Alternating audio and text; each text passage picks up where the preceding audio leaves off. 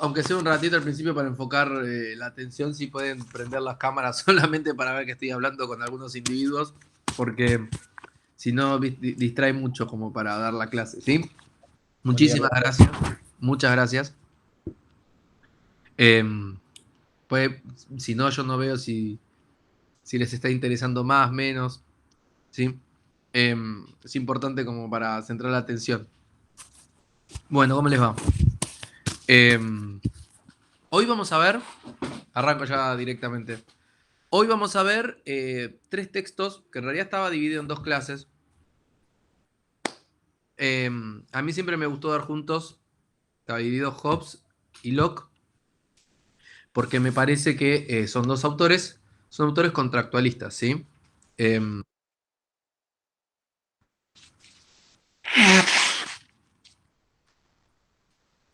pero a veces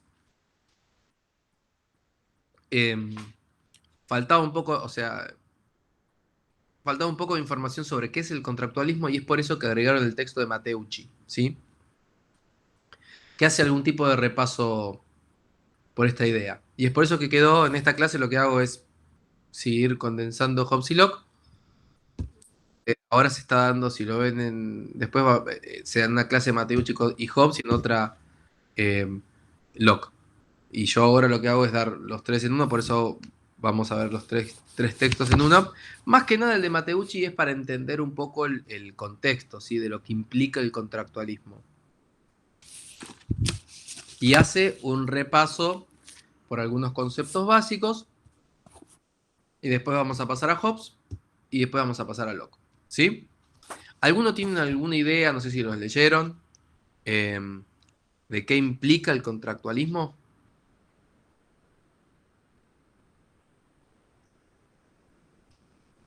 ¿Nadie? Contractualismo, ¿a qué le suena?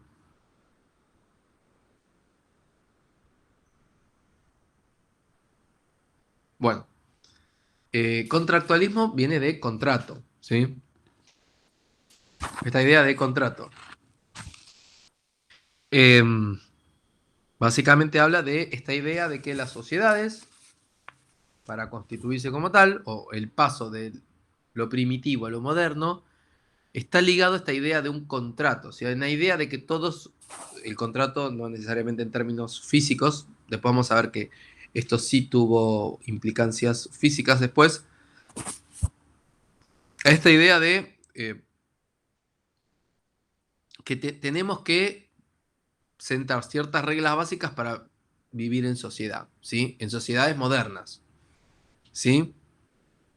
A grandes rasgos, esta es la idea básica que comparten todos los autores contractualistas, ¿sí?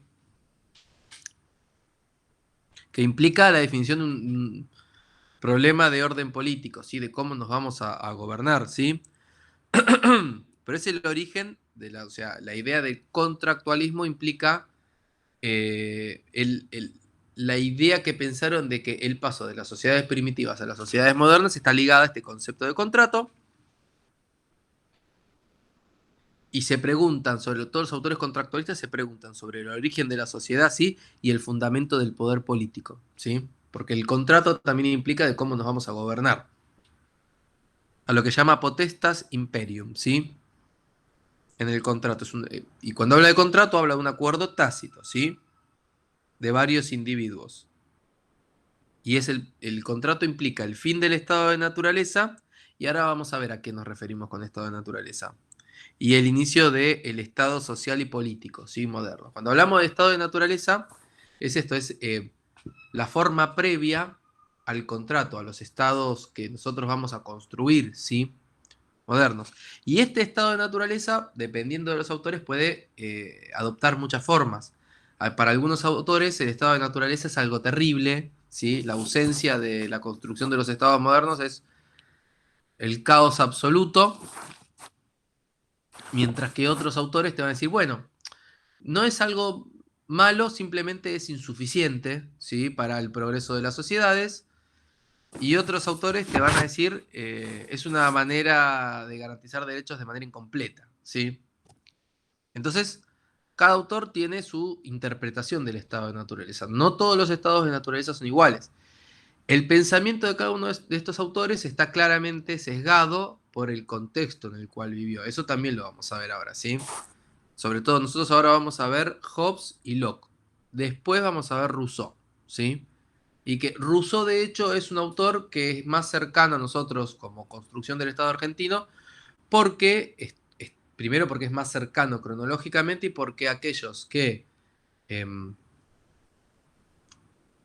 construyeron el Estado argentino estaban muy influenciados por el pensamiento rusoniano, ¿sí? Tenía mucho que ver con el espíritu de la época, ¿sí? Hobbes y Locke son autores ingleses, ¿sí? Que para mí es importante también hacer esta diferencia, son pensadores insulares, ¿sí? Eh, pero bueno, entre ellos también hay diferencia porque Hobbes de alguna manera dio origen a o sea, los dos son contractualistas, pero uno es, digamos, de alguna manera indirecta, el que le dio un fundamento filosófico a los estados absolutos en Europa, mientras que Locke es el padre del liberalismo, padre o abuelo del liberalismo. Un segundito, necesito solucionar algo.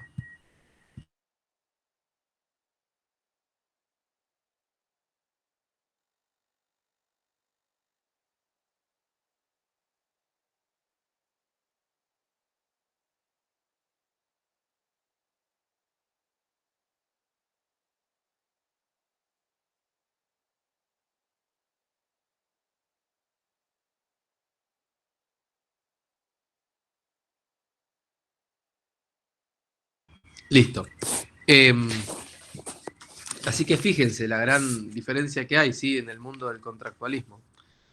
En el texto de Matteucci nos menciona algunos autores que nosotros no vamos a ver ahora, pero para que los tengan en cuenta que también pertenecen a este universo contractualista, que son Althusius, bueno, habla de Hobbes, Spinoza también, Pufendorf y Kant, por ejemplo, ¿sí?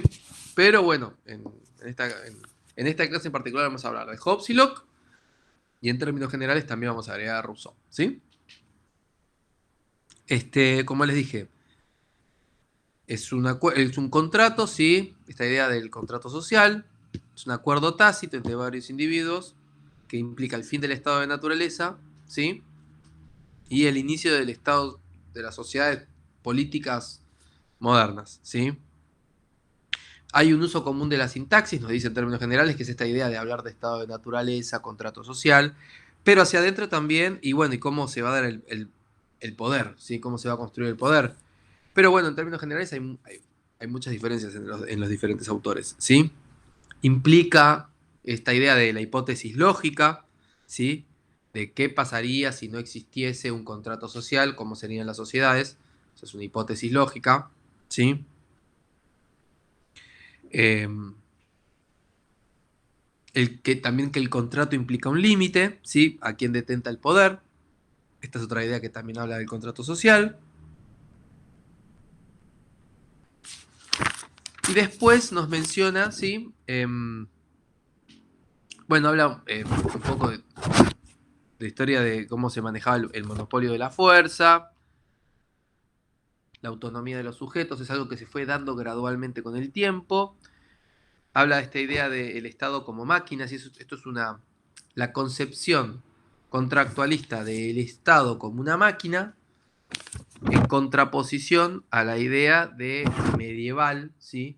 Del Estado como un cuerpo. ¿Sí? Esta teoría, seguramente esto lo vieron en el secundario, la teoría organicista de las sociedades medievales. En la época medieval eh, se consideraba que toda la sociedad era como un cuerpo que tenía partes, ¿sí? Además había una inamovilidad, o sea, vos tenías una función específica en una parte del cuerpo específica y no podías hacer otra cosa que no sea eso, ¿sí?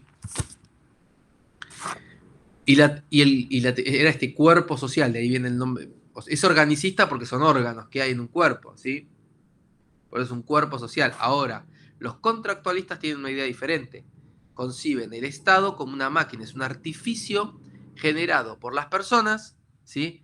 En pos de administrar el poder, ¿sí? Y obviamente de garantizar derechos y esas cosas. Pero es algo que debe ser construido artificialmente, ¿sí? Y dice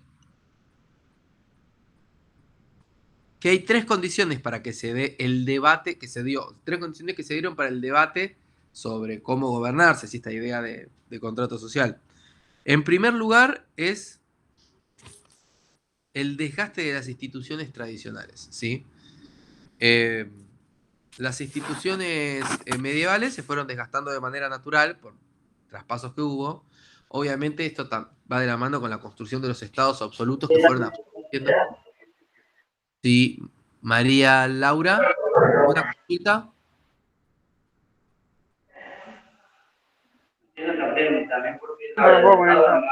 Bueno, voy a silenciar porque me parece que no nos está hablando a nosotros. Ahí está. Me parece que se le había abierto el micrófono. Está esta idea de que hay un desgaste de las instituciones tradicionales que da lugar al debate, ¿sí? Sobre cómo nos vamos a administrar políticamente, ¿sí? Esta es una época también en la que empieza a surgir, sobre todo el siglo XVII, empieza a surgir la sociedad civil, que es algo que vamos a ver más con Locke que con Hobbes, ¿sí? Pero bueno, entre las condiciones que dan para el debate, ¿sí? Para la construcción de los estados modernos, está esto, el desgaste de las instituciones del pasado, ¿sí? En segundo lugar, es la cultura política secular. Es una época donde se empieza, piensen que en las sociedades medievales, en Europa está lo que se llama la teoría de las dos espadas. Se llama teoría de las dos espadas porque se gobernaba con la espada de la corona y con la espada del Vaticano, ¿sí? Las monarquías medievales estaban muy ligadas a la Iglesia Católica, ¿sí? En los estados modernos se empieza a separar el poder secular, habla de separar, ¿sí? Entonces se empieza a separar el poder religioso del poder político. Es algo igualmente que no va a pasar un día para el otro, porque la iglesia sigue teniendo un montón de peso durante muchos siglos más, pero está esta idea de que empiece a separarse el poder, ¿sí? Entonces esta cultura política secular da lugar a discutir de manera racional los fines del Estado, ¿sí? No el Estado como la representación de Dios en la tierra o esas cosas que son más medievales, sino pensar, che, ¿qué es esta cosa? ¿Cómo tenemos que organizarla para distribuir el poder de manera racional, ¿sí? Y organizarnos a nosotros mismos? Y en tercer lugar, a ver, es la idea así de los contratos y el uso análogo de él, ¿sí? Esta idea del el consenso, es la legitimidad racional del orden del poder, de cómo se va. Eh, cómo esta idea del contrato empieza a afectar la vida de las personas y eventualmente cómo influye, ¿sí? En la idea del consenso de los individuos en cuanto a la administración del poder. Bueno, en cuanto al estado de naturaleza, lo que nos dice Matucci sí nos habla de que, en términos generales, el estado de naturaleza habla de las condiciones reales del hombre en sus orígenes, ¿sí? La hipótesis, lo que se llama la hipótesis lógica negativa, es cómo vive el hombre si no está la construcción de los estados modernos, ¿sí? Si no viviese como vive ahora, ¿cómo viviría? De eso, cada autor tiene su interpretación de lo que implica el estado de naturaleza, este estado previo al contrato social, ¿sí? Y esto está muy ligado, muy sesgado por el pensamiento de cada lugar, de cada época, ¿sí? Que después lo vamos a ir viendo bien. Lo que nos dice es, para algunos, implica salir del estado de naturaleza es la caída de un estado ideal, ¿sí? Y para otros es un progreso. Vean la diferencia. O sea, todos, o sea, lo que nos dice Matucci es muy difícil concebir qué es un contractualista y qué no, por fuera de estos conceptos generales, porque es muy disperso, ¿sí? O sea, hay algunos que piensan que el estado de naturaleza es algo bueno, hay algunos que piensan que el estado de naturaleza es algo malo, ¿sí? En términos generales, hay algunos que piensan que hay una caída de un estado ideal, y hay otros que piensan que la civilización es un progreso, es la industria, es el comercio, y eso implica la felicidad, ¿sí?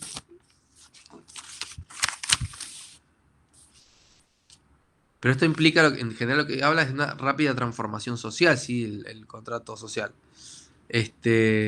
También está el estado de naturaleza feliz, hace mención de ideas nostálgicas, ¿sí? Eh, Habla de marxismo en cuanto a eso, como esta idea de idílico, ¿sí? Del estado de naturaleza. Nosotros vamos a ver, mientras que eh, Hobbes tiene una visión negativa del estado de naturaleza, habla de, fíjense que está el estado negativo, vamos a ver por qué esto tiene sus razones de ser en cuanto a la vida de Hobbes.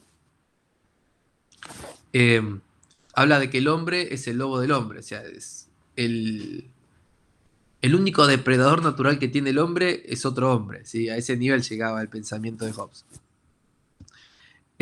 Mientras que Locke piensa que el estado de naturaleza no es algo malo, simplemente es una manera imperfecta de ejercer derechos. Y Rousseau lo que dice es, el estado de naturaleza no está mal, pero simplemente tiene limitaciones, ¿sí? O sea, no podemos seguir progresando como sociedad porque carecemos de las herramientas institucionales en un estado de naturaleza. Entonces tenemos que dar el próximo paso. O sea, hay que saltar, hay que atravesar ese estado de naturaleza y construir sociedades modernas en base al consenso y, bueno, nos habla de la voluntad general y otras cosas que vamos a ver en otra clase, ¿sí? Pero para entender de que hay autores que consideran que es algo bueno, otros que consideran que es algo malo el estado de naturaleza, ¿sí? Algunos que piensan esta idea de que el estado de naturaleza es parte de la emancipación del hombre, ¿sí? Es la única forma de progreso. Si no estás atascado en un lugar en el cual la historia no avanza, ¿sí? Este, y en muchos casos está esta idea de que ese contrato es para garantizar una estructura social basada en la familia y la propiedad privada, ¿sí? Y también en este principio divisorio del poder, entre el poder político y el poder social, ¿sí? Entre el gobierno y la sociedad civil, que es algo que empieza a construirse cuando hablamos de que hay un desgaste de las instituciones, hay un espacio en el cual el Estado empieza a retrasarse también, sobre todo pasa en la época de los monarcas absolutos, en algún momento de desgaste que se empieza a retrasar y empieza a aparecer algo que antes no existía, que es la sociedad civil, que es de alguna manera lo que viene a reemplazar esta idea organicista, ¿sí? Si no es este tejido social por fuera de las instituciones estatales que empieza a aparecer, ¿sí? ¿Se entiende hasta acá? ¿Alguien tiene alguna consulta, algo que quiera agregar, alguna idea que quiera compartir? ¿Nada? Creo que dijo Estado moderno, lo llamó de otra manera también. No, no me quedó claro si era lo mismo, digamos. ¿De otra manera? Sí, era casi, no, no era moderno, pero era muy, muy similar. Ahora no me sale la palabra. Creo que se refería al mismo estado, digamos, porque no, no describió otro, más que el moderno y No el sé de naturaleza. no sé en qué lugar te quedaste, Sebastián. Por eso, si me decís más o menos, te puedo ayudar. Recién, fue lo último que dijo. Separación entre el poder político y el poder social, entre el gobierno y la sociedad civil. Sí, un poquito antes que eso fue. Llamó, creo que se refería al estado de moderno, La se refirió. emancipación de lo. A ver, igual habla de un estado de naturaleza feliz. No es lo mismo. Estado de naturaleza no es estado, ¿eh? No, no, no. Habla de los contractualistas como única forma de progreso es la emancipación del hombre. Sí, En términos políticos, garantiza la estructura social basada en la familia, la propiedad privada. Y eso también implica la separación del poder político y el poder social, la diferencia entre el gobierno y la sociedad civil. todo Sociedad esto civil es no es... estado moderno. Eso que ¿Cómo? describió recién, es estado moderno. Estado moderno implica... los estados modernos empiezan a surgir como tal con los gobiernos absolutos. Lo que implica estado moderno habla de la concentración de las instituciones en un poder estatal, ¿sí? La primera separación de los estados entre lo que sería anterior al Estado moderno y los estados modernos es que en la época medieval había algo que se llamaba la relación de vasallaje. ¿sí? Es algo que seguramente vieron en el colegio secundario. No sé si alguno vio Game of Thrones, ¿sí? Bueno, viste que el rey Sebastián tiene su propio ejército, pero además hay señores feudales que tienen sus tierras, sus castillos, sus administraciones, ¿sí? Bueno, eso es, y después hay gente que trabaja en un campo que trabaja para el señor feudal. Bueno, eso sería más o menos lo que es una relación de vasallaje, ¿sí? Es el señor feudal tiene una relación con el súbdito de yo te voy a garantizar que nadie va a venir y te va a matar y que vos vas a poder trabajar la tierra. Ahora, me tenés que dar una gran parte de lo que vos cosechás, me vas a traer unos chanchos, unas gallinas y yo te voy a dejar a vos que tengas un poco para sobrevivir, ¿sí? Esa es la... Y para arriba, el señor feudal perdón, se me fue la palabra de la cabeza. Le rinde eh, pleitesía, le rinde lealtad al rey, ¿sí? Pero el rey medieval es una figura institucionalmente débil, porque tiene que estar todo el tiempo generando acuerdos con los señores feudales, ¿sí? Mientras que el traspaso de estas instituciones al monarca absoluto es que el rey absoluto empieza a decir, ok, o sea, pensarlo de esta manera, el señor feudal tenía su castillo, tenía por ejemplo, tenía sus contadores. Che, mirá, vos me tendrías que haber dado 30 chanchos y me diste 25. Y yo, existe una burocracia, pero la burocracia es propia del señor feudal. ¿Sí?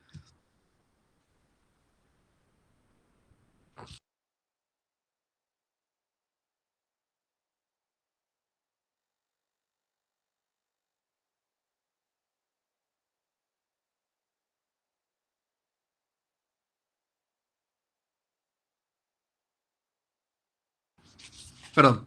Entonces, lo que implica el cambio de los estados feudales a los estados modernos es que el Estado, la figura del rey, empezó a concentrar todo. Ya no es que el que contabiliza cuántos chanchos me tiene que dar es el señor feudal. No, es el Estado. Probablemente con un contador mandado por el Estado a esta administración que ahora ya no es más del señor feudal, sino que del Estado. ¿Sí?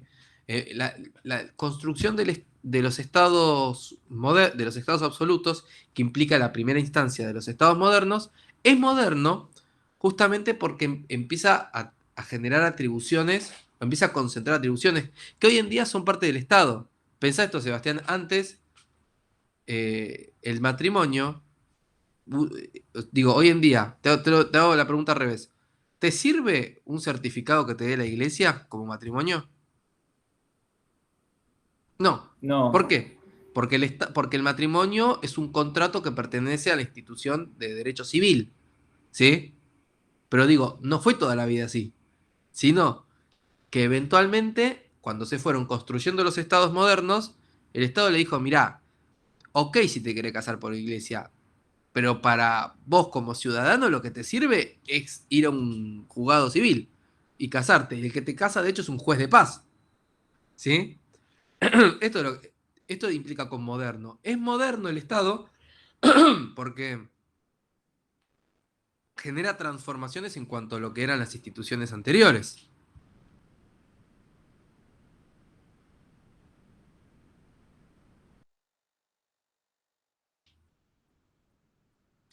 Ahora, los estados modernos también fueron transformándose a lo largo del tiempo. Nosotros no lo vamos a ver acá en la clase, pero vamos a ver parte del manual de... No, mentira, creo que lo vamos a ver, ¿eh? Sí. Eh, vamos a ver. Sí. Lo que era el progreso de los estados. En la primera instancia son los estados absolutos, después los estados liberales, después los estados de bienestar, ¿sí? Esas son las transformaciones de los estados modernos. Pero digamos, el primer estado moderno es el estado absoluto, porque es el primero que empieza a concentrar atribuciones en el mismo. ¿Sí? Para no confundir eso. Bueno, está esta idea de la separación del poder político y del poder social. Empieza a aparecer esta idea de la sociedad civil. Bueno, también nos hace algunos detalles de los contractualistas: Spinoza, Pufendorf y Locke, ¿sí? Yo más que nada voy a repasarlo como un poquito rápido el texto este, sobre todo es para que ustedes lo lean y entiendan qué pindonga es el contractualismo, ¿sí? Nos habla esta idea de estado de naturaleza, como les había dicho, de algo imperfecto, ¿sí?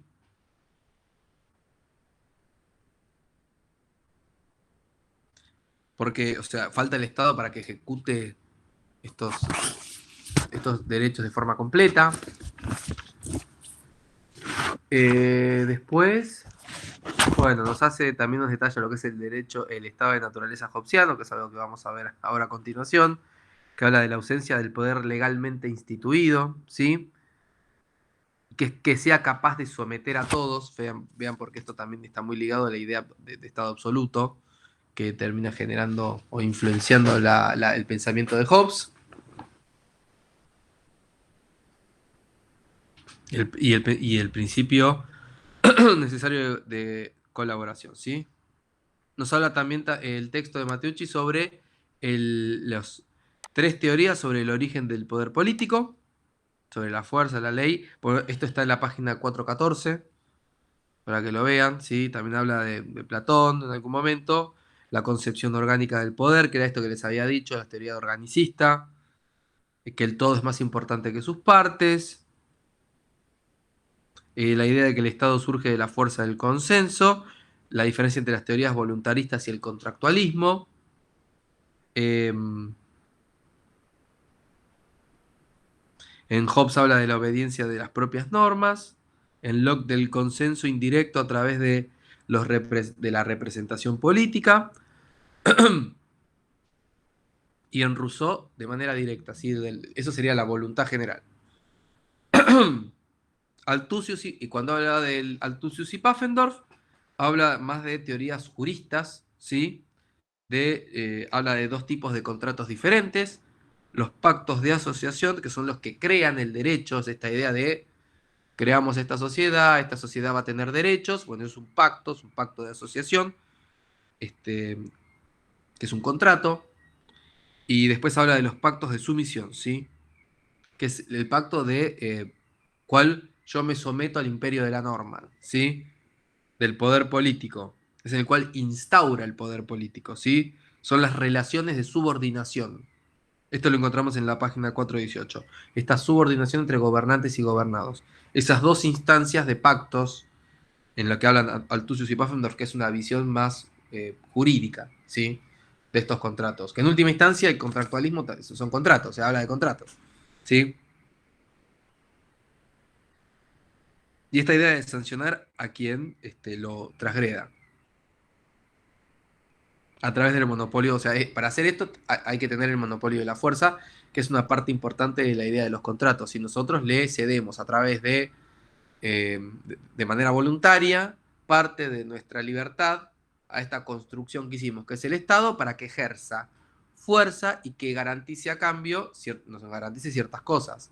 El derecho a la vida, la propiedad, la paz, ¿sí? ¿Se entiende?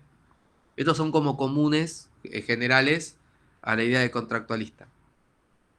Y bueno, Locke habla de esta idea de pueblo, que el poder se centra o en el príncipe o en el poder legislativo,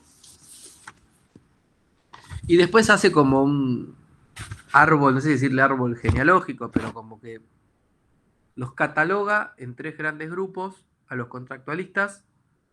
Habla del filón absolutista. Filón es como filo de familia, ¿sí? Y en el filón absolutista, aquellos pensadores que van más con la idea de absolutismo, están Hobbes, Spinoza y Pufendorf. Hay que entender que cuando habla en conceptos absolutistas, no habla necesariamente de monarcas despóticos, ¿sí? No tienen que ser malos. Simplemente piensa en el poder concentrado en una institución específica, que es la que administra el poder en la sociedad, ¿sí? Después está el filón liberal, que es Locke y Kant, ¿sí? Que tiene que ver con la limitación del control, ¿sí? Con la limitación del poder del monarca, que esta es la diferencia. Igual de monarca también puede ser una asamblea en el caso de Hobbes, lo vamos a ver después. Y el democrático, que está más ligado a Rousseau. ¿sí? Que son los tres grandes grupos, filón absolutista, liberal y democrático, ¿sí? En el primero tenemos a Hobbes, Spinoza y Pufendorf, en el segundo, en el liberal, a Locke y Kant, y en el tercero a Rousseau, ¿sí? Bueno, y con eso más o menos concluimos el texto de Matteucci y pasamos a Hobbes. ¿Alguien sabe algo de Hobbes? ¿Tiene alguna idea de Hobbes? Un segundito.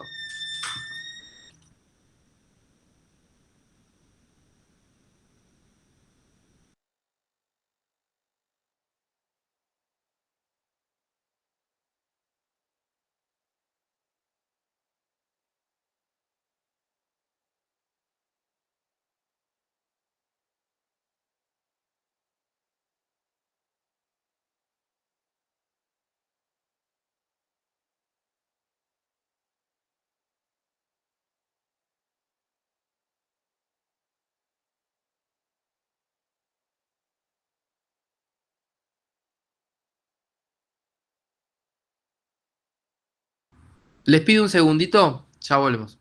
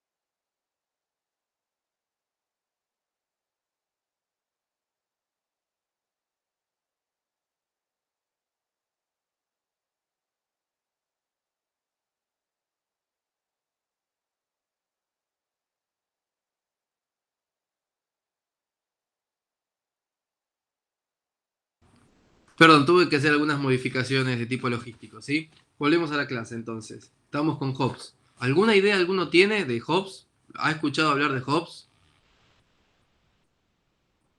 ¿Nada? ¿Cero? Bueno, perdón, que tengo un poco de ruido, tengo una obra al lado mío. Ya sé.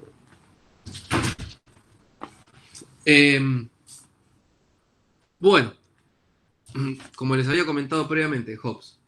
Eh, Él nació en 1588, murió en 1679 y vivió, su vida estuvo atravesada por una gran inestabilidad política, ¿sí? Eso es importante para el pensamiento de Hobbes. La inestabilidad política, en dos grandes dimensiones. Hacia adentro, porque vivió en una época donde Inglaterra estaba muy, muy atravesado por guerra civil, ¿sí? Esta fue una época hasta que Inglaterra dejó de tener monarquía en un momento. En la República de Cromwell hasta no hubo monarquía. Y le fue tan mal que volvieron a tener monarquía, ¿sí? y, y en cuanto a nivel de inestabilidad política externa, esta era una época donde la gran potencia europea era España. Piensen que hace un poco tiempo había descubierto América, tuvo acceso a grandes riquezas, ¿sí? España, y estaba construyendo el gran rum rum que había por toda Europa, que era verdad, es que España quería invadir Inglaterra y estaba construyendo lo que se llamaba la Armada Invencible, ¿sí? Que era una gran armada naval con la que iba a invadir Inglaterra, ¿sí? Entonces, piensen que Hobbes vivió atravesado por una época de gran inestabilidad política interna, ¿sí? Por las guerras civiles, y además con el temor constante de que su país fuese a ser invadido por España. Y en el medio de todo esto lo que veía es, che, o sea, no, digamos, tenemos que organizarnos a nosotros mismos, primero para vivir en paz, tranquilos, y en segundo lugar para que no nos devoren los de afuera, ¿sí? Entonces, estos dos, estas inestabilidades, tanto internas como externas, influenciaron mucho el pensamiento de Hobbes, ¿sí? Y de alguna manera, lo que él buscaba era apuntalar el poder para el progreso de la vida, pero también para no ser invadidos. Esto lo vamos a ver después en la figura que termina construyendo, ¿sí? Pero bueno, en cuanto al estado de naturaleza, ¿sí? Hobbesiano, siempre se habla del estado de naturaleza hobbesiano, porque es muy particular, ¿sí? A diferencia de otros autores que ven esto de que, no sé, eh, era incompleto o que limitaba el progreso de la humanidad, no, Hobbes ve el estado de naturaleza como algo diferente, que tenía mucho más que ver con el lugar y en la época en la que él vivió, que lo que nos dice es, está esta idea de que el hombre es el lobo del hombre, ¿sí? O sea, el hombre no tiene otro depredador más que él mismo, ¿sí? Eso es lo que nos dice a grandes rasgos Hobbes. Pero bueno, arranca por esta idea de que el hombre en estado de naturaleza dice todos los hombres son iguales, ¿sí? Ahora, la realidad, ¿todos los hombres son iguales? Y hay hombres que son más fuertes, hay hombres que son más débiles, hay personas que son más inteligentes, hay personas que quizás no tienen tantas luces, ¿sí? Pero lo que nos dice Hobbes es que de una manera u otra, ya sea por capacidades físicas o por ingenio, todos los hombres tenemos la misma capacidad de matar a otro. O sea, si uno es más fuerte que el otro, y bueno, el otro quizás es un poco más inteligente y se busca la manera. Así que si tiene que liquidar al otro que representa una amenaza. Quizás espera que se duerma y le rompe la cabeza a martillazos o busca un arma. De hecho, hay una frase, a mí siempre cuando leo esto me, me acuerdo de la frase de, no sé si saben quién es o quién fue, Samuel Colt. Samuel Colt fue el que inventó el revólver, 1800 y pico. Entonces hay una frase que es que Dios no hizo a todos los hombres iguales, Samuel Colt los hizo, porque no importa qué tan fuerte seas o qué tan rápido seas, o sea, nadie puede hacer demasiado contra un arma, ¿sí? Es por eso que hizo a todos los hombres iguales Samuel Colt, porque es el que le dio la capacidad a cualquiera de matar a otro hombre, ¿sí? Este, pero bueno, está esta idea que dice Hobbes de que todos los hombres, ya sea por ingenio o por fuerza, tenemos la misma capacidad de matar a otro, ¿sí? Y ahora, ¿esto por qué es importante? Porque, ¿qué pasa si los hombres se disputan las mismas cosas? Bueno, va a haber un conflicto en el cual los dos tienen la capacidad uno de matar al otro, ¿sí? Hay una capacidad de destrucción mutua asegurada en este contexto. ¿Y esto por qué es importante? Porque en este contexto no hay mucho incentivo para la producción de cosas, para trabajar y tener cosas, porque otro puede venir por mis cosas si tiene la misma capacidad de matarme que yo a él. Y entonces, ¿cuál sería la alternativa? Que yo lo mate a él para evitar de que él me robe las cosas. Lo cual ven que es un contexto bastante violento, digamos. No es una solución subóptima, eso es lo que nos dice Hobbes, de vivir en sociedad, vivir así. De hecho, qué sé yo, una vez a veces lee estas cosas y piensa, qué sé yo, que quizás no estamos tan lejos de eso a veces.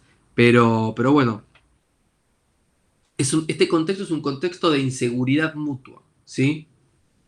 No hay incentivo para hacer las cosas porque cualquiera puede venir por ellas y sacármelas, porque tiene la misma capacidad de matarme a mí. Y si no, yo lo tengo que matar a él para que no me las saque, ¿sí? Esto es un contexto de inseguridad mutua. Y en este contexto lo único que prevalece es la anticipación por fuerza o astucia. Es esto que les decía. Es lo mato a él para que me robe las cosas o lo mato para sacarle las de él o trato de encontrar la manera de que no me ataque. Digamos, pero es un contexto de mucha incertidumbre, ¿sí? Este,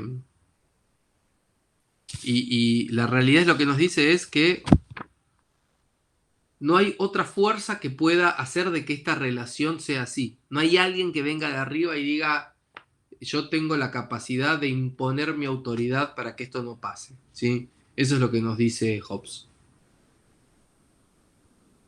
También nos dice, ¿sí?, que hay algunas personas que son capaces de subsistir de lo propio y otros que subsisten de lo ajeno. O sea, categoriza los tipos de personas. Dice, esto siempre va a pasar. Entonces aquel que categoriza, que va por lo ajeno, y bueno, si yo no tengo la capacidad de poder sacármelo de encima, eventualmente va a venir por lo propio, ¿sí? Y bueno, esta idea que les había comentado de no hay un poder capaz de imponer respeto a todos, ¿sí? No hay alguien que pueda venir de arriba y decir, basta, dejen de vivir así. Nos dice también, categoriza los tipos de riña, ¿sí? Hay tres razones por las cuales los hombres entran en conflicto, nos dice Hobbes. Y la primera es la competición, ¿sí? Y en este concepto va el hecho de invadir por ganancia, por ejemplo, cuando habla de competición. Es ir por los bienes de los otros, ¿sí? Es para hacerse de lo ajeno. En segundo lugar, es al revés, por la inseguridad. Es entrarse en conflicto para garantizar tu seguridad, ¿sí? Para defenderte de aquel que viene por lo ajeno. Y en tercer lugar es por la gloria, por la reputación, ¿sí? Él le dice pequeñeces. Entonces todo este abanico de posibilidades está presente en las sociedades modernas. Digo, en las sociedades que ve él, ¿sí?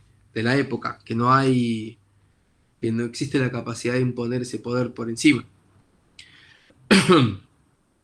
Y este contexto es el que hace que sea propensa a la guerra, ¿sí? Cuando no hay un poder que imponga respeto por encima, bueno, están las condiciones dadas de la guerra de todos contra todos, ¿sí? Hay una constante disposición hacia la guerra.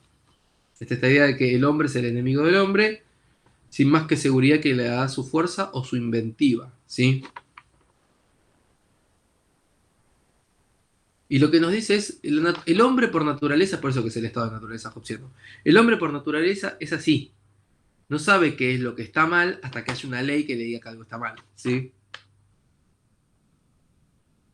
Y habla, y esto tiene mucho que ver con el concepto de la época, muchos de estos autores, en general todos los que vamos a ver, tienen alguna concepción, el estado de naturaleza está muy sesgado por la visión que tenían, piensen que hacía un tiempo que habían descubierto América, para ellos, ¿sí? Entonces, para Europa, América implicaba casi un viaje hacia el pasado. Piensen que tenían una idea romántica de lo que eran las sociedades mesoamericanas. Para ellos eran como... Ellos habían sido así antes, ¿sí? No entendían que el progreso existe de diferentes variantes, que no necesariamente las sociedades mesoamericanas eran atrasadas, sino que eran mucho más sofisticadas de las que las sociedades europeas en otros aspectos, ¿sí? Eh, ¿Por qué digo todo esto? En este caso, Hobbes habla de la América salvaje. Dice, así se vive en la América salvaje. Es una lucha de todos contra todos, ¿sí? Mientras que Locke habla Locke y Rousseau hablan del gentil salvaje en América. Así como que tenían una idea idílica contraria. Pensaban que las sociedades mesoamericanas eran felices y tranquilas por el hecho de ellos consideraban de que eran más atrasadas que las de ellos, cuando en realidad, qué sé yo, si conocían los incas, bueno, los incas no, porque bueno, los incas luchaban, pero no eran particularmente una sociedad guerrera, pero los aztecas sí, o sea, eran una sociedad en este momento no se conocía todavía, que se alimentaban de cabezas y corazones humanos y de sangre, ¿sí? Y Eran los sociedades. aztecas no eran los que también sacrificaban bebés, creo que sacrificaban como 10 bebés por año solo por un dios que tenían ellos. Lo que pasa es que eran culturas así como la de los vikingos en las cuales se pagaba con sangre a los dioses. Y eso era, no sé si bebés en particular, probablemente hubiese algo de eso, pero el rito típico de los aztecas era cuando llevaban a alguien a sacrificarlo, lo ponían en un altar, había hasta lugares por donde corría la sangre, ¿no? Pero al mismo tiempo le sacaban el corazón vivo y le cortaban la cabeza. ¿Sí? Entonces por eso vivían, se alimentaban, tenían dioses que necesitaban cabezas, corazones y sangre, ¿sí? Porque ese sacrificio que vos le dabas implicaba que te iba a dar buenas cosechas, ese tipo de cosas. Pero estas ideas no las conocían, todavía no se habían descubierto de esas sociedades, ¿sí? En esta época. No, ellos inventaban cómo pensaban de que eran las sociedades mesoamericanas. ¿Sí? Había mucho prejuicio en cuanto a eso. Y en esa idea iba, por un lado, que eran sociedades salvajes, como hablaba Hobbes, del todos contra todos, que tampoco era así, porque eran guerras entre culturas, en muchos casos, o sometimiento de una cultura a otra, o en el caso de Locke y Rousseau, que hablan del gentil salvaje, ¿sí? Pensaban que eran buenos simplemente porque eran más primitivos. Es importante entender estas ideas que eran construcciones teóricas, no tenían ni idea de lo que estaban hablando, ¿sí? Simplemente eran artificios teóricos para justificar cómo ellos pensaban. Que era por eso que les decía en el texto de Matteucci que habla de los diferentes estados de naturaleza, ¿sí? Pero bueno, me acordé porque justamente Hobbes habla de la América salvaje, ¿sí? Entonces nos dice el estado de justicia, el estado de naturaleza, no hay justicia, ¿sí? No hay bien ni hay mal, no hay un poder común, no hay ley, no hay propiedad privada tampoco, ¿sí? Entonces lo que nos dice es que el hombre eventualmente salta de este estado de naturaleza, lo que busca es la paz, ¿sí? Ahora, ¿por qué busca la paz? Busca la paz por dos razones, básicamente, lo que nos dice Hobbes. El temor a la muerte y un futuro confortable, ¿sí? Son los dos grandes ejes de las razones por las cuales el hombre se quiere alejar de la guerra. Bueno, acá me está diciendo que me quedan 10 minutos porque vieron que ahora el Meet tiene una hora. Se corta y yo les voy a mandar por mail el link de la nueva reunión, ¿sí? Sí, Sebastián. ¿Se busca la paz por qué, dijo? El hombre busca la paz. Por dos razones, el temor a la muerte y por un futuro confortable. Listo, gracias. Y estas dos cosas, obviamente el futuro confortable es obtenerlo a través del trabajo, ¿sí? Bueno, como les comentaba, cuando se me va a cortar de golpe, estén atentos al mail porque les voy a mandar a la cadena de mail el link de la nueva reunión, ¿sí? Entonces, después de esto lo que nos menciona es el concepto del derecho natural, porque esto es algo que empieza a surgir también, ¿sí? En esta época. Los derechos por el solo hecho de ser personas. Después lo vamos a ver mucho mejor mucho mejor definidos en Locke, ¿sí? Pero acá vamos a centrarnos solamente en estos conceptos del derecho, la ley natural y el derecho natural, ¿sí? Que son como los preceptos básicos que hay que seguir según Hobbes, que tienen que ver con la libertad para su propia preservación, la vida, el juicio y la razón, ¿sí? En cuanto a la ley natural, habla de una regla, ¿sí? Una razón que prohíbe hacerse daño a sí mismo, ¿sí? Uno no tiene que, o sea, después vamos a ver que una de las limitaciones de estos conceptos tiene que ver con que uno no puede por voluntad propia hacerse esclavo. Uno puede firmar un contrato de propiedad por el cual tu vida pasa a ser de otra persona. No existe eso, no podés hacerlo, ¿sí? Así que estos pensadores piensen que esto lo escribió hace, no sé, 500 años, 400 y pico. Estas cosas siguen ahí. En cuanto a la ley natural, lo que nos dice es que la primera ley natural que vamos a encontrar, ¿sí?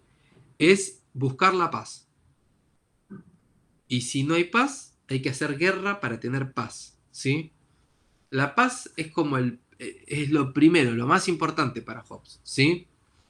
Piensen en esta idea de la guerra para la paz, qué sé yo, piensen hoy en día, eh, esto se los digo yo, no está en el texto, los estados que tienen el poder de policía, ¿sí? El Estado es el único que tiene el monopolio de la violencia. ¿Por qué tiene el monopolio de la violencia? Porque, qué sé yo, si sale un loco a disparar por la calle a todo el mundo, lo que vamos a hacer es llamar a la policía para que vaya y lo detengan, neutralicen. Eso es el monopolio de la violencia. Nosotros, como individuos de una sociedad, tenemos un consenso de que aquel que tiene que tener el poder para garantizar la paz es, no sé, la policía, el ejército, ciertas instituciones que pueden ejercer la violencia de manera legítima, ¿sí? Eso es un consenso que tenemos nosotros como sociedad. No nosotros, todas las sociedades modernas la tienen, ¿sí? Más allá de lo que cada uno piense sobre la policía o el ejército, pero digamos, son instituciones que están constituidas con esos objetivos, ¿sí?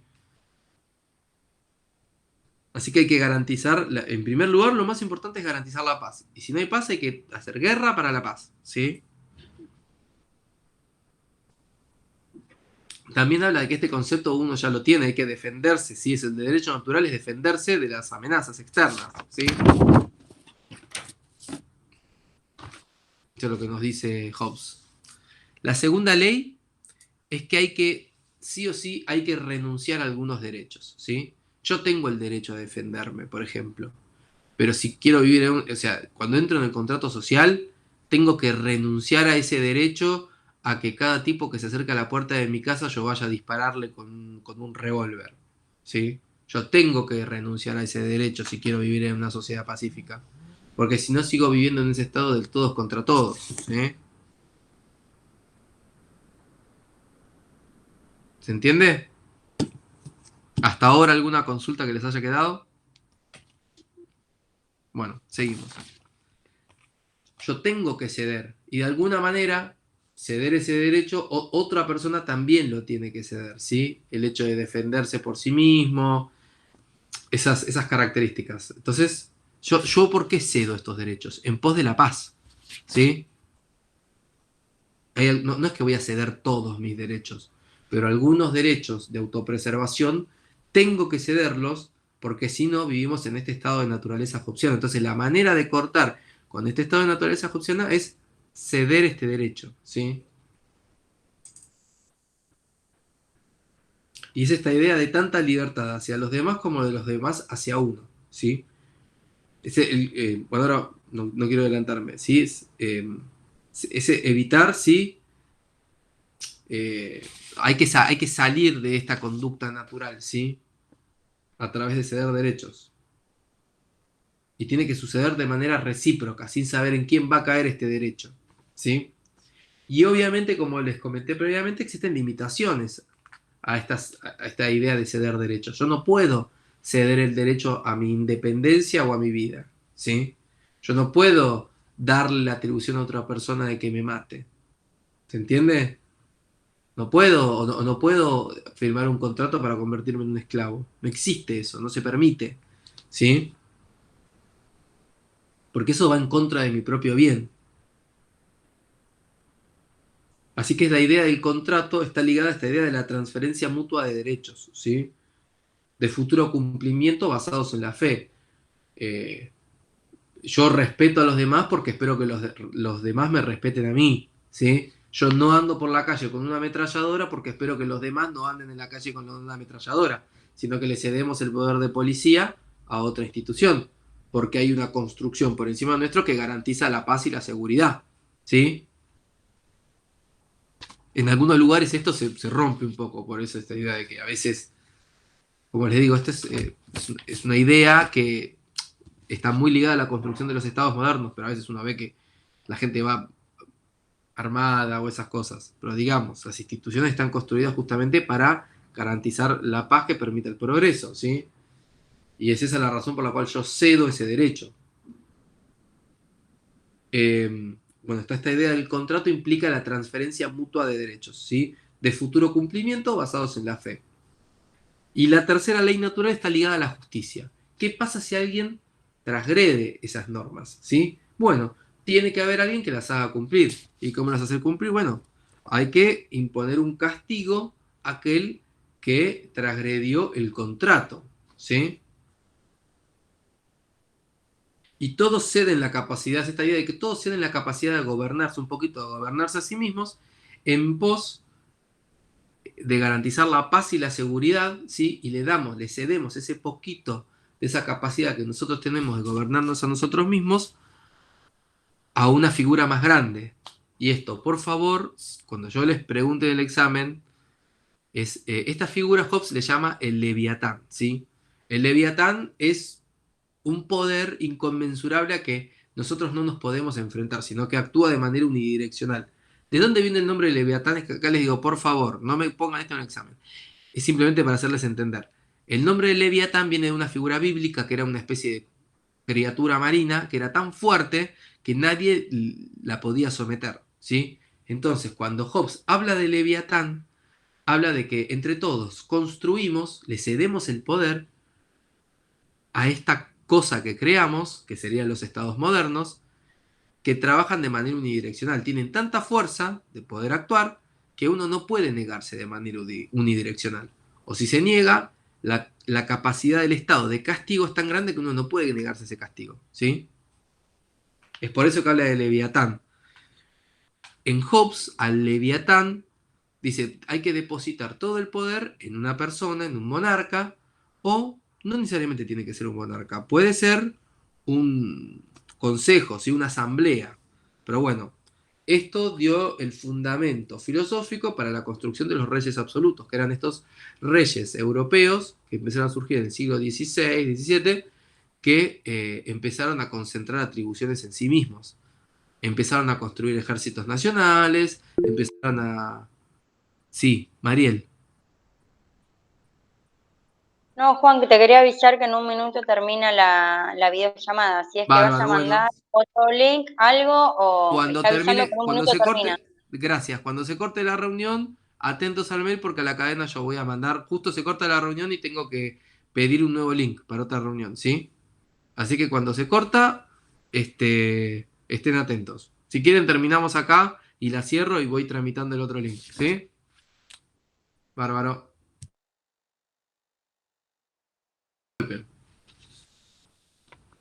Em, no sé si seguir o esperar a que sigan entrando. Vamos a dar 2 minutitos más para los que faltan.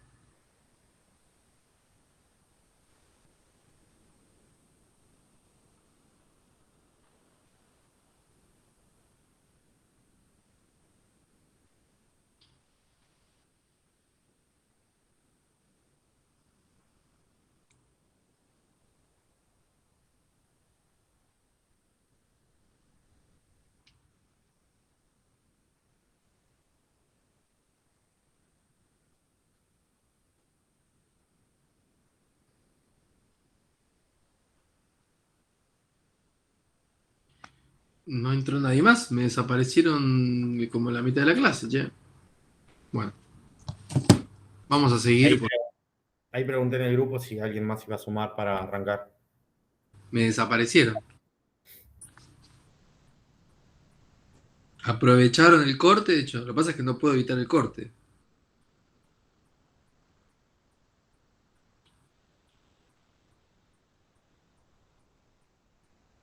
¿Qué tema, che?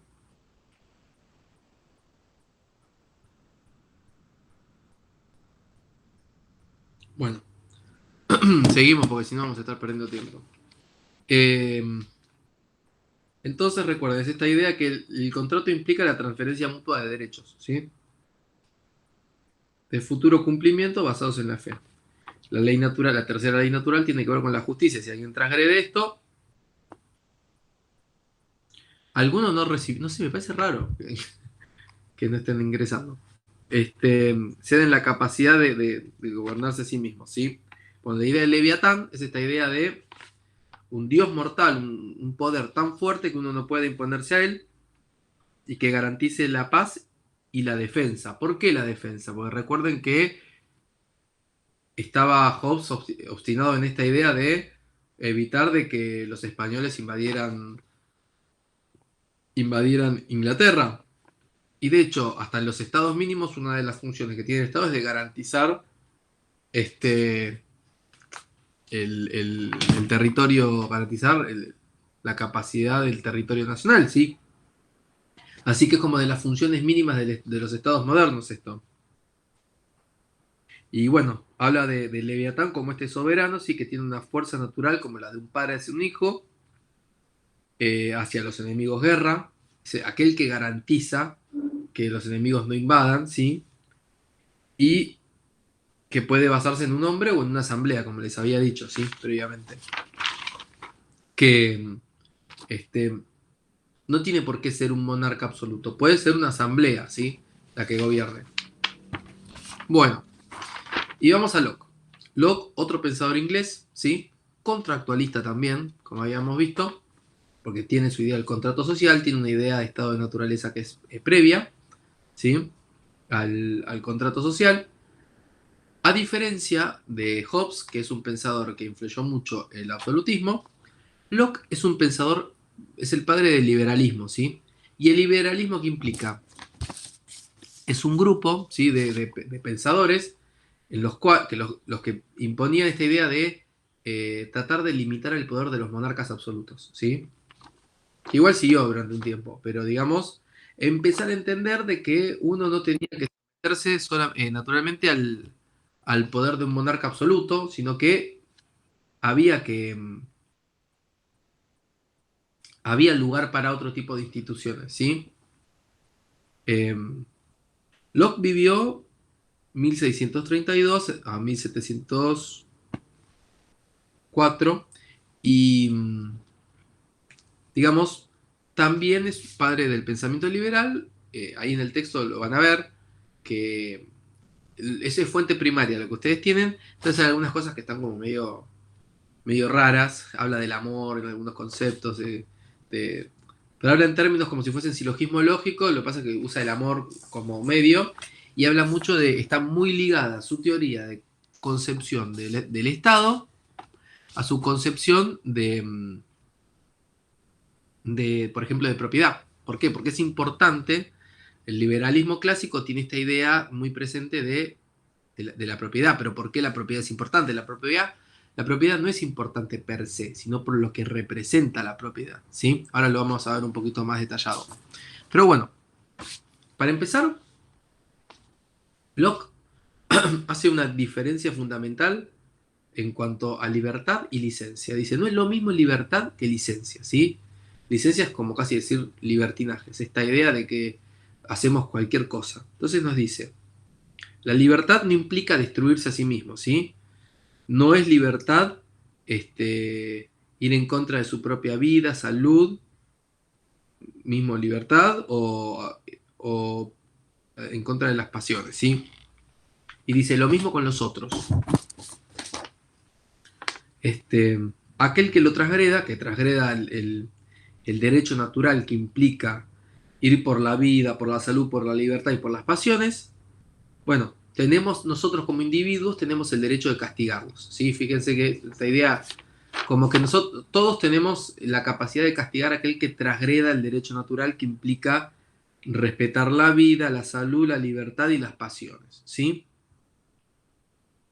Ahora, hay un problema con esto, y es que nosotros como individuos, seguramente lo que nos dice Locke es que no vamos a poder ejercer esa función de manera óptima. ¿Por qué? Porque tenemos algunos defectos como individuos, ¿sí? Vamos a caer, nuestra pasión va a hacer que caigamos más en el deseo de la venganza que en el deseo de la justicia, ¿sí? Y es por eso que tenemos que conseguir un juez, alguien que pueda castigar de manera proporcional aquel que transgreda los derechos naturales, ¿sí? Y que ejerza la justicia con razón y con equidad, ¿sí? Fíjense la diferencia. Y es por esto que Locke, ¿se acuerdan que les había dicho que Locke consideraba que el estado de naturaleza era incompleto? ¿Sí? No es que era malo, simplemente se ejercía de una manera incompleta los derechos. Tiene que ver con esto, que para poder ejercer los derechos de manera completa, vos tenés que tener una capacidad para poder juzgar a aquel que los transgrede. Y nosotros como individuos, a pesar de que tenemos esa potestad, la cedemos en el contrato, ¿sí?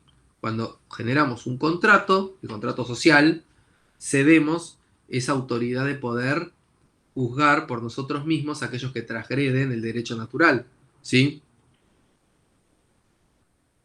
Y en cuanto al gobierno, ¿sí? Que piensa Locke, en algún momento habla así de la idea de castigar a los extraños y proteger a los propios, habla de Dios y el gobierno, el gobierno civil, la diferencia.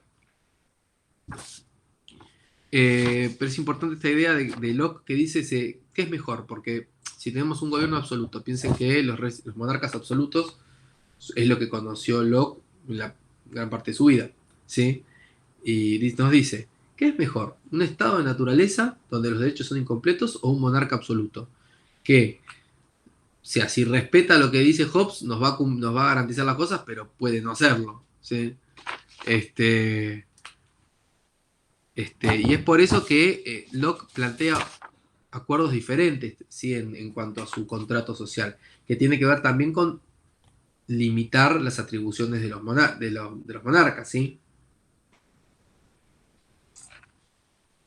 Y es por eso que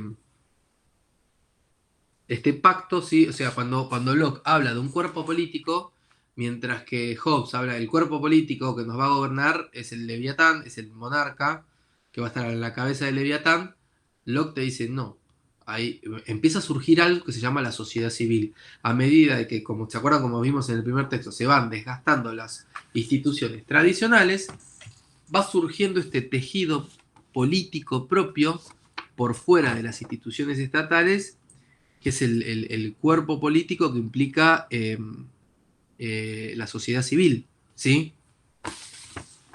Que empieza a debatir el poder, empieza a debatir la naturaleza del poder y cómo se va a administrar, ¿sí? Y le va a empezar a reclamar cosas al Estado, ¿sí?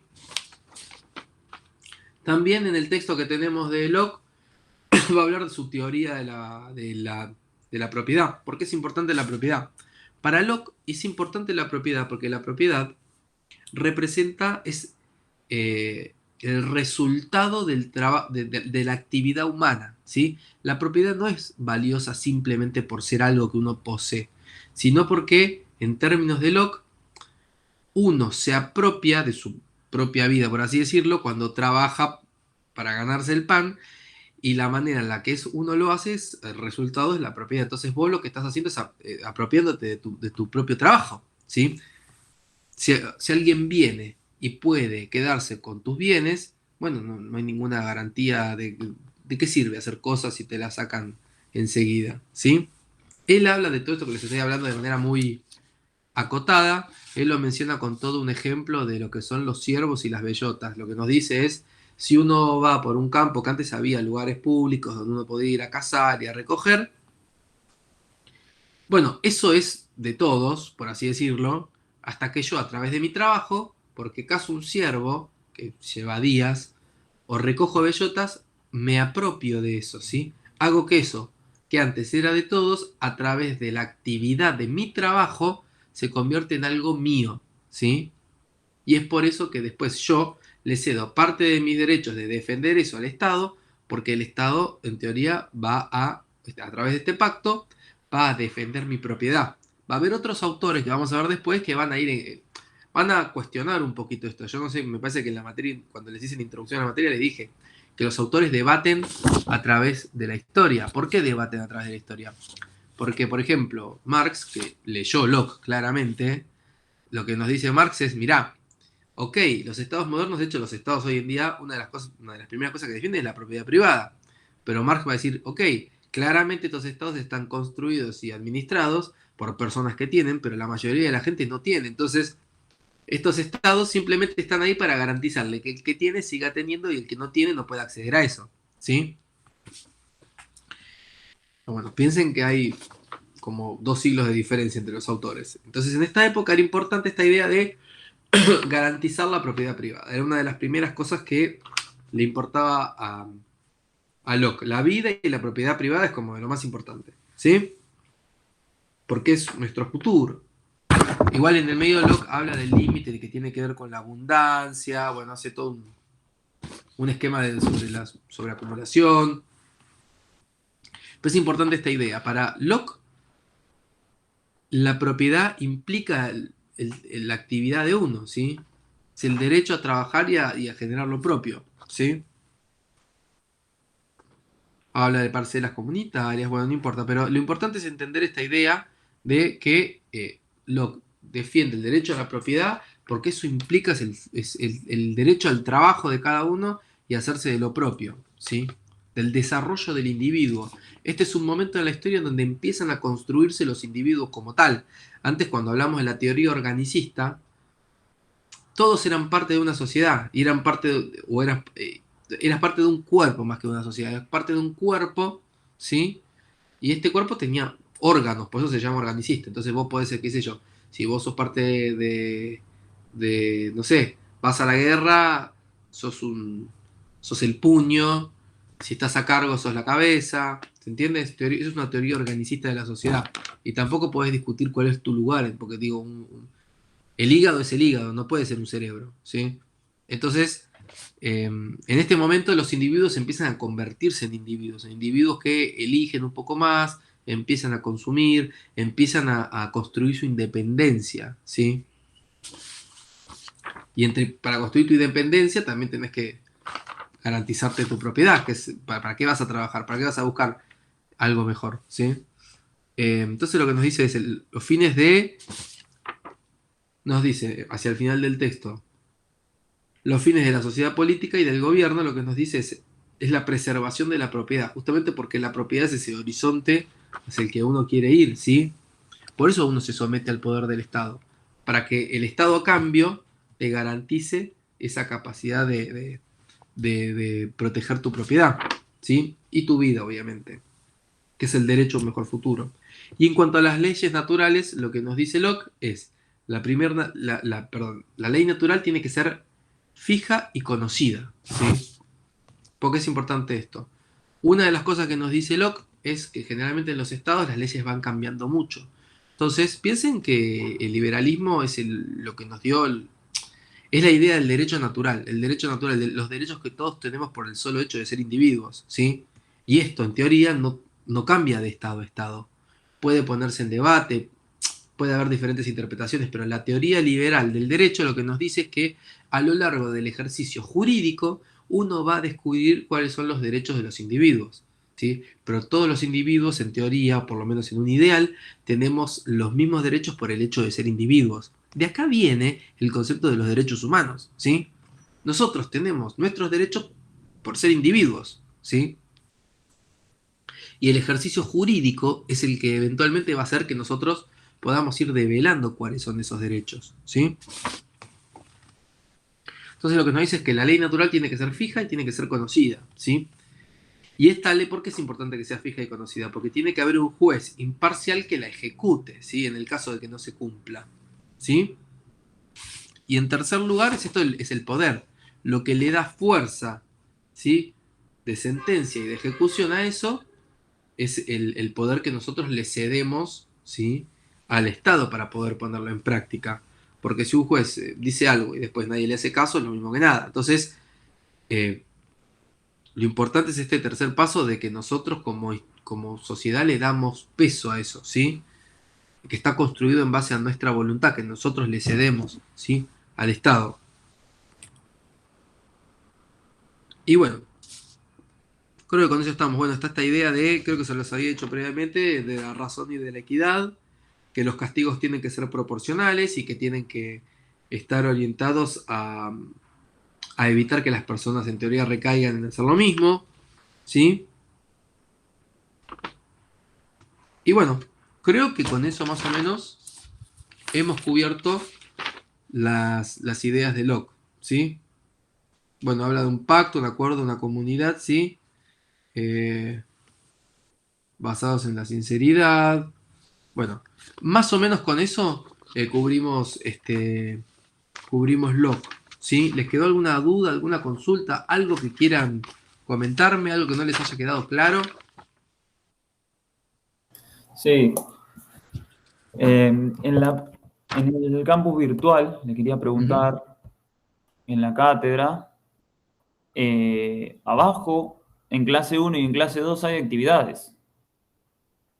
Yo ahora no estoy teniendo acceso a las clases. No sé si ellos, eso me parece, no sé si quedó viejo de antes.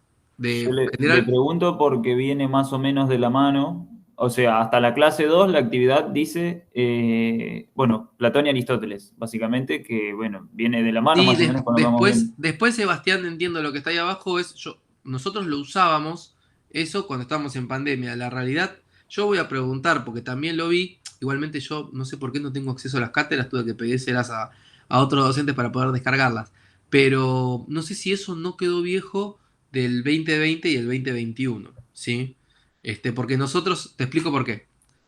Eso se daba cuando toda la uva era virtual. Nosotros ahora estamos teniendo clases virtuales porque están construyendo una nueva sede, ¿sí? Entonces, nosotros que sigamos virtual es una anomalía. No hay actividades a nivel CBC a través de la clase virtual.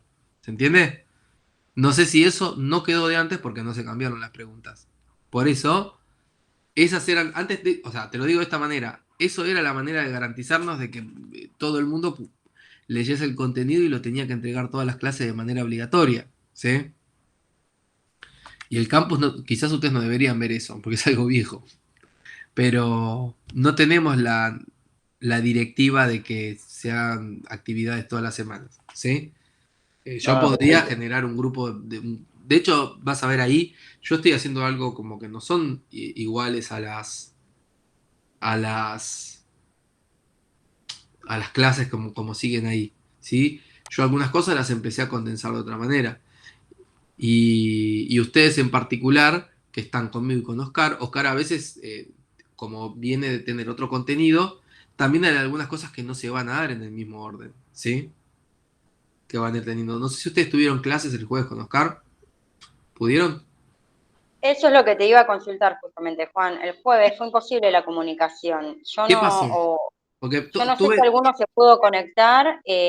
tuve reclamos sobre todo de la 12201, que es la que viene a las 7 de la mañana. Porque yo le había pasado porque él también tiene problemas. Yo tengo problemas porque a mí no me aparecen las comisiones. Yo tengo 3 comisiones a cargo y las comparto con otros 2 docentes. Con Oscar, la 12201 y la 12204, y con una docente que se llama Rosana, la 12202. Y me comentaron que tuvieron problemas con Oscar. O sea, yo descargué Rosana, por suerte, me dejó entrar con su usuario porque a mí no me aparecen las comisiones. Pero yo entré con ella y las descargué y bueno, se las pasé a Oscar para que él pueda decir, che, mira, compartir en la reunión a todos estos. Pero me empezaron a caer reclamos el jueves. Entonces, como vos me decís, Mariel, no se pudieron conectar porque fue imposible por un tema de la comunicación de acá o porque no les mandó el No, link. No, no en había mi link, o caso sea, no nunca, teníamos... directamente nunca hubo link, nunca llegó un mail. Hubo Ok, un compañero que se iba a encargar Yo, no sé quién, vos, ¿no, yo Sebastián? Creo. le envié el Claro, mail, le reenviaste todos los me- mails, pero la clase no la tuvimos. En claro, realidad ustedes nunca llegó. en la cadena que yo armé, Oscar está, ¿ustedes saben el mail de Oscar? no, de hecho ese fue el primer problema, digamos que no, con el otro docente no tenemos ningún, o sea, no lo conocemos, Ok, no tuvimos ningún tipo de Claro. contacto, y no habla nada. bueno, yo se Eh, los voy a pasar ahora. ¿Les sirve que se los pase ahora o quieren que les mande un mail con el mail de Oscar? sí, A mí me cualquier parece, contacto, decímelo si no, yo lo paso al grupo de WhatsApp acá, Ahora lo voy a escribir en el chat para que lo dale. tengan. quizás si vos le escribís y cada uno le pasa nuevamente su mail al profesor, o que, no sé, Sí, Juan, vos tenés es el que contacto con él para justamente hablar eso, No, de que no hubo clase el jueves. yo tengo un trato fluido con Oscar. De hecho, terminó la clase y yo le dije, che, me cayeron un montón, tuvieron problemas y me dice, sí, tuve problemas, pero yo pensé que algunos no se habían podido conectar. No, no, no Pero hubo por lo que clase ustedes me dicen, no hubo directamente. clase. Bueno, Y por lo ahí tienen menos el todo mail. lo que quedamos en el... ¿Sí? Lo que yo les pido, yo le voy a volver a mandar el listado. No sé si es que él se confundió y no entendió cómo armar una clase. No sé, o sea, pero yo tampoco puedo interrogarlo sobre lo que pasó. Pero, porque él generalmente no tiene problemas. No sé, es que tuvo un problema de conexión, no sabría decirles, ¿sí? Me Claro. dijo que tuvo problemas para la clase y pero yo le voy a volver a pasar el listado. No es que él no está tan al tanto de esto. Quiso hacer la clase y hay algo que no le funcionó, ¿sí? Quizás tuvo algún problema con la computadora o con el Meet. Pero lo que yo les pido es que armen un mail entre todos o algo, no lo bombarden, porque quizás tampoco va a poder responderles a todos. O sea, traten de consultarles o decirles, hola, profe, estos son todos nuestros mails, ¿sí? Traten de armar una... Yo igual le voy a volver a pasar de nuevo el listado de alumnos. Pero está bueno como que ustedes también tengan su mail para que se puedan contactar con Sí, él. sí, por supuesto. Es que ya tener el mail de él está muy bueno porque yo en el mismo momento de la, digamos, a la media hora de iniciada la clase, fue Sí, que te envié el mail que me lo contestaste sí. enseguida prácticamente. Sí, pues yo lo tengo en el celular y le mandé. Che, Oscar, mira, estoy teniendo este problema, me pasan. Yo trato porque es, o sea, es más grande, entonces que quizás hace que no esté tan ducho con la tecnología. Sí. Sí, no, lo imaginé también por ese lado. Pero sobre todo es, digamos, o sea, el mail él lo va a leer. Esa es la duda, porque Sí, lo yo creo que incómodo era sí. la incertidumbre, porque no Sí, teníamos, o sea, me contestaste vos, pero nosotros no sabíamos ni siquiera si la clase se estaba dictando, digamos, tenés y razón, éramos sí. solamente los que estábamos en el grupo Y de WhatsApp, los que no encontrábamos link por ningún lado, es ni que, en el es campus, ni que, nada. es que, es que es una duda absolutamente válida la que estás planteando, Él Sebastián. utiliza Zoom, si no me equivoco, porque yo soy recursante, cursé Sí. con Oscar el año pasado. Quizás no supo cómo mandarles el link a todos de Zoom, o quizás el Zoom no está funcionando como antes, quizás no pudo activar su cuenta de Zoom en el momento. Yo tampoco voy a. Él tuvo la voluntad de tener la clase y algo no le Sí. funcionó. Yo sé eso. Bueno, perfecto. Yo ya con ese mail ahora le mando uno preguntándole si se dio la clase. Ahora pienso cómo formularlo. Si se dio la clase y nosotros no la perdimos o no, o qué onda con eso. Yo la verdad, más allá de eso, no sé, lo importante es que por favor, o sea, si no vayan 40 Sí, personas no, por supuesto. de Enviar un solo una, mail resumido. porque si no el chavo no va a poder darle respuesta a todos. Lo importante es hacer todos en conjunto. Che, mirá, acá tenemos este grupo de personas, somos los de la 12204. Vas a tener con nosotros los jueves a las 9. Este, así que eso, viste, contactarlo a ver, che, cómo hacemos la clase. Porque sé que él, de hecho, me mandó un audio después, ¿sí? Sí, perfecto. Algo, no sé si es que no tuvo internet, yo tampoco me metí tanto como para eso, pero sé, o sea, en cuanto vos me lo pasaste, mi primera idea fue eso, che, está haciendo la clase y se le quedaron algunos estudiantes le quedaron afuera, ¿sí? De hecho, no sé si le llegó o no también a él, porque yo el mail en realidad lo mandé a un mail de la cátedra, no Yo, al, a ver, no te al tuyo, explico. digamos, personal. No, el mío, no, lo que pasa es que yo tengo cuando, yo te digo, un día, a ver, A comisiones 12.201 y 12.204 arroba gmail lo mandé. ustedes son la 12204, ¿sí? Sí, La 12201 es la de las 9, la de las 7 de la mañana. sí. Yo en ese mail lo armé sobre el momento porque me estaba desesperando porque no tenía acceso, o sea, nunca me solucionaron del lado de docencia, del mail, de hecho nunca me respondieron. Con el campus virtual. Yo entro al campus virtual y es como si no tuviese nada a cargo. Entonces digo, ¿qué onda? No tengo alumnos. Y cuando entré con el mail de Rosana, que es la otra docente, me dijo, sí, entra, no hay problema. Y ahí puedo filtrar por las comisiones y digo, puta, si tengo alumnos, tengo varios alumnos. Entonces por eso me desesperé y sobre el momento, porque no sabía, hasta cuando llegué a eso, a la secretaria académica le dije, mirá, te pido por favor que si hay alumnos, que se contacten y yo armé un mail y le digo, colgalo ahí y armé un mail específico, porque si a mí me empieza a caer gente en mi mail privado, yo no sé de dónde salen o qué son, Claro. o si los voy a poder responder a tiempo. Entonces, ese mail, lo que pasa es que tampoco me ponían de qué comisión era, me caían, profe, así. Pero bueno, ese mail lo puse para urgencias, ¿sí? Y es por eso que también lo puedo rescatar de lo que vos me mandás, porque no me caen, ¿entendés? Publicidad de Mercado Libre al mismo tiempo. Solamente lo tengo dedicado a eso, ese mail. Bueno, perfecto. Así que por eso. Yo le voy a mandar el mail a Oscar tratando de ser lo más expeditivo Sí. posible. Sí, sí. Y bueno, comentándole la situación y preguntándole por el jueves que viene, entonces. Y bueno, Sí. apenas me contesten algo, yo lo paso al grupo ese de WhatsApp. Sí, sí, sí. Sí, de hecho él recibió la cadena en la cual yo les contaba, de la introducción de la materia, que yo le dije, creo que hasta puse Jiménez con G, que es Jiménez con J, su apellido, ¿sí? Sí. Pero él esa cadena la tiene, quizás, no sé, para mí, que tuvo algún problema para activar su usuario en el Zoom o algo así. Quizás se le cerró el usuario y no supo cómo resolverlo en el momento. Yo Zoom ya no lo uso porque igual cada vez se parece más a Zoom en Meet, ¿eh?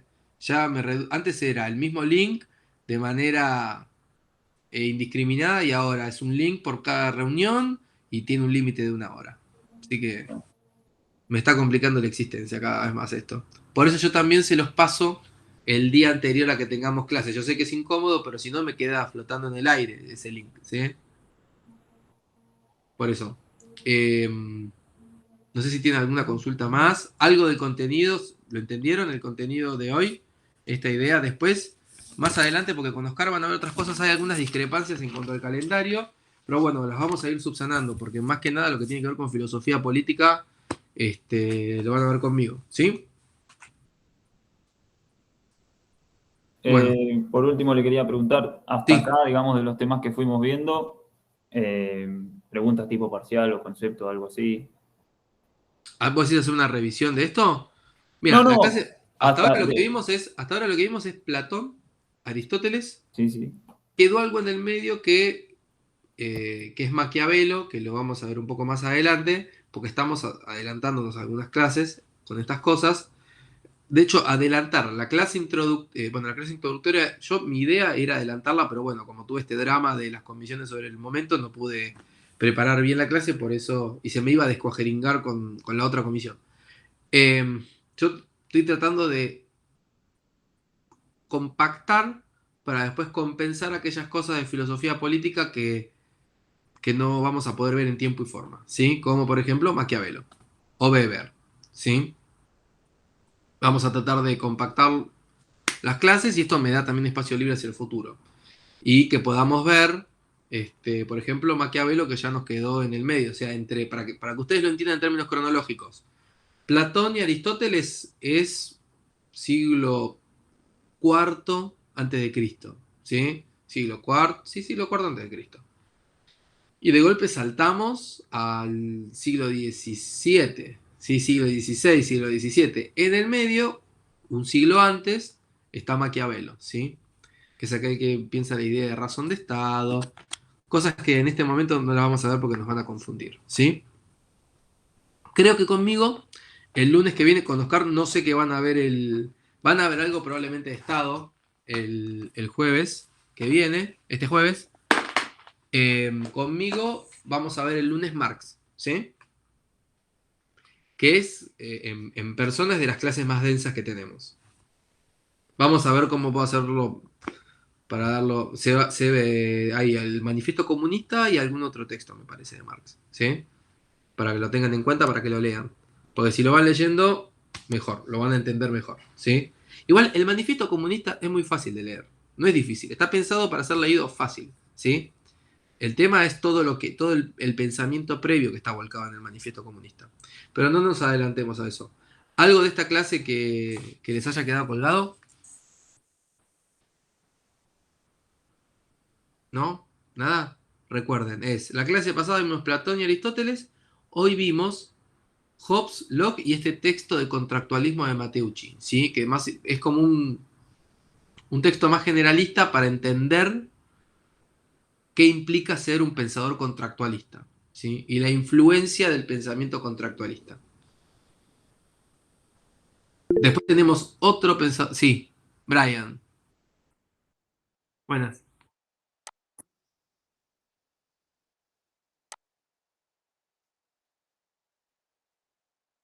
A ver, no te voy a mandar un modelo viejo porque no sé. No. Cuando sea la clase de repaso, lo vamos a ver bien eso, Brian. Pero probablemente sean en esta instancia, los parciales recuerden que son presenciales, ¿eh? No es por acá. O sea, van a ser preguntas de control de lectura, de comparación de autores. Probablemente sea que me compares a ver, no sé, Platón y Aristóteles, o que me digas algunos detalles del pensamiento de Platón, o que implican las categorías.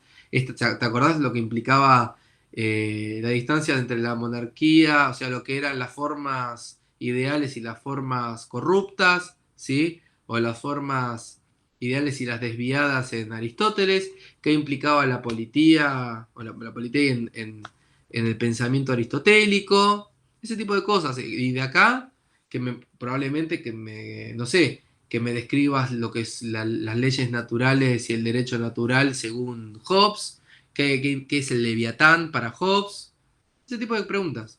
No va a haber mucho más que eso, ¿sí? Que no me respondan una burrada, por favor, como que el monstruo es un monstruo. Me han dicho cada cosa que realmente, no sé, me acuerdo que alguien, siempre lo menciono, que alguien me escribió en un parcial de que el Leviatán era un monstruo al que tiraban a la gente cuando se portaba mal. No, ya somos personas grandes, no me escriban eso. No lo hagan, sean conscientes a la hora de escribir. ¿Sí? Pero digo, no van a ser preguntas, yo no voy a, por lo menos no me gusta poner preguntas rebuscadas ni nada. O sea, no quiero que les vaya mal, quiero que les vaya bien, pero quiero que también estudien, porque es mi responsabilidad que estudien. ¿Se entiende? Más o menos van a ser, generalmente los exámenes son... ¿Cómo? No, por favor. Las preguntas de los parciales van a ser preguntas de control de lectura, pero que implique también un raciocinio de su parte, porque si les pido que me reciten lo que está escrito en el papel, no estoy pidiendo que aprendan. Para mí la idea es que ustedes empiecen a pensar por ustedes mismas, no me importa. Bueno, digo, esto es filosofía política, pero no me importa que piensen de una manera diferente a la que pienso yo. Lo que importa es el ejercicio de razonar. Eso es lo que a mí me interesa, ¿sí? Pero bueno, hay una parte que implica, no me reciten las cosas, sí eh, escriban o sea, el contenido que se les da para estudiar, ¿sí? ¿Está bien con eso? ¿Alguna duda? No le tengan miedo a los parciales. Yo, por lo menos de mi lado, siempre hay buena onda para...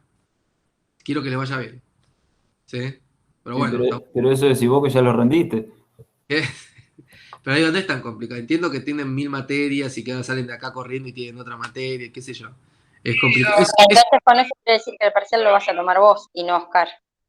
No, eso puede pasar, sí, no, eso no tiene que ver. Igualmente, lo tome yo, lo tome Oscar, las preguntas las hacemos entre los dos, ¿sí?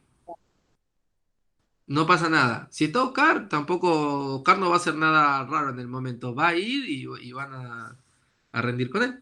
Así que no va a haber ningún problema. Generalmente cuando hacemos las preguntas, me dicen, no sé, pasame 2 preguntas, 4 preguntas, por si tenemos probablemente 2 temas. No hay nada raro. No hay preguntas hechas con mala leche, todo bastante normal. Menos los finales sí son orales, ¿sí? Y ahí sí depende quién esté en ese día en particular. Pues generalmente nos repartimos los días. Pues hay 2 fechas, ¿sí? Así que bueno, pero están pensando muy hacia adelante. Ahora, concéntrense en leer los textos que tienen, que dentro de todo, a ver, los de Platón y Aristóteles son bastante cortitos y digamos, a ver, creo que el de, el de Hobbes también es fácil de leer. El de Locke es un poco más complicado porque es una fuente primaria y el de Rousseau también es una fuente primaria. Para mí el más enroscado de todos es el de Rousseau, ¿sí? Para que lo lean. Si quieren irlo leyendo, buenísimo. En cuanto a Marx, el manifiesto comunista es fácil de entender, pero hay mucho pensamiento volcado en un texto de fácil comprensión. Eso tiene una lógica también. Y es que Marx, cuando escribe el manifiesto, lo escribe para que lo entiendan las personas que trabajaban en la fábrica, ¿sí? No lo escribe para que un académico entienda. Eso se llama la filosofía de la praxis. O sea, me estoy yendo mucho, pero es como para que puedan ir entendiendo eso. Es de fácil acceso esa información, ¿sí? Eh, pero bueno, no me voy a adelantar más que eso. Vayan leyendo estos. Quizás el de Locke es un poco más, ténganle más paciencia para leerlo, si es que no lo leyeron. Porque habla mucho del amor y no sé qué cosas así, y esta teoría de la tierra, de los ciervos. Eso hay que empezar a destilar un poco esa información porque eso es lo que se llama una fuente primaria. Fuente primaria es cuando vos lees al autor de manera directa, ¿sí? Mientras que lo que tenemos de Platón y Aristóteles, yo cuando hice la carrera de ciencias políticas, sí lo leí, qué sé yo. O sea, si les gusta, cómprense la República de Aristóteles y la política de... No, perdón, la República de Platón y la política de Aristóteles. Pero son textos que requieren un poco más de esfuerzo cognitivo para entenderlos. Y sobre todo, a aquel que le interese, la calidad de esos textos está más ligado no al texto mismo, sino a lo que se llaman los estudios preliminares y las notas al pie, ¿sí? Todos esos textos, todos esos libros, lo importante, creo que los Eudeva son los más piolas de todos, porque generalmente no son caros y son buenos. Pero es importante leer, porque las notas al pie no son simples notas al pie, son guías para entender lo que uno está leyendo de alguien que escribió hace 2500 años atrás. Entonces es importante eso, ¿sí? Y también, por ejemplo, con Maquiavelo. Si alguno quiere comprarse El Príncipe de Maquiavelo, fantástico. Es otro texto que para mí está buenísimo porque no es largo y si les gusta la historia, es Maquiavelo sabía una bocha de historia. ¿Sí? Es muy gore, o sea, habla de personas partidas al medio, cosas súper así. Así que Explícito. es muy explícito porque Maquiavelo era lo que se llama es casi el fundador del pensamiento realista. Él, o sea, no hay una teoría, no hace un fundamento moral. Para él lo moral era lo que garantizaba la subsistencia de, el príncipe y en última instancia el Estado, ¿sí? Entonces, no es lo que está bien o mal. Lo que está bien o mal para el pensamiento maquiavélico es, está bien si conserva el poder y lo utiliza para gobernar bien el Estado. O sea, si para eso tiene que partir al medio una persona, y bueno, es razón de Estado. A grandes rasgos. Después lo vamos a ver mejor. Pero está piola. Y siempre digo lo mismo porque a veces a algunos les gusta. Me ha pasado un pibe que vino en un final que se había comprado, no se compren como primer texto, si les interesa esto, El Príncipe con las notas de Napoleón. No lo hagan. Es una rareza y que presta confusión. ¿Sí? Cómprense. Yo tengo el de Eudeva, creo que es el que me compré cuando estudiaba. Y para mí me resulta piola. ¿Sí? Porque tiene buenos estudios preliminares. Es muy importante los estudios preliminares, ¿sí? En estas cosas. Bueno, ya son las 11, así que si no quedan más dudas, bueno, que tengan una buena semana y nos vemos el lunes que viene y cualquier cosa me avisan si tienen problemas con la clase del jueves, ¿sí? Perfecto, profe. Buena semana. Bárbaro. Chao, chao. Chao, que tengan buena semana.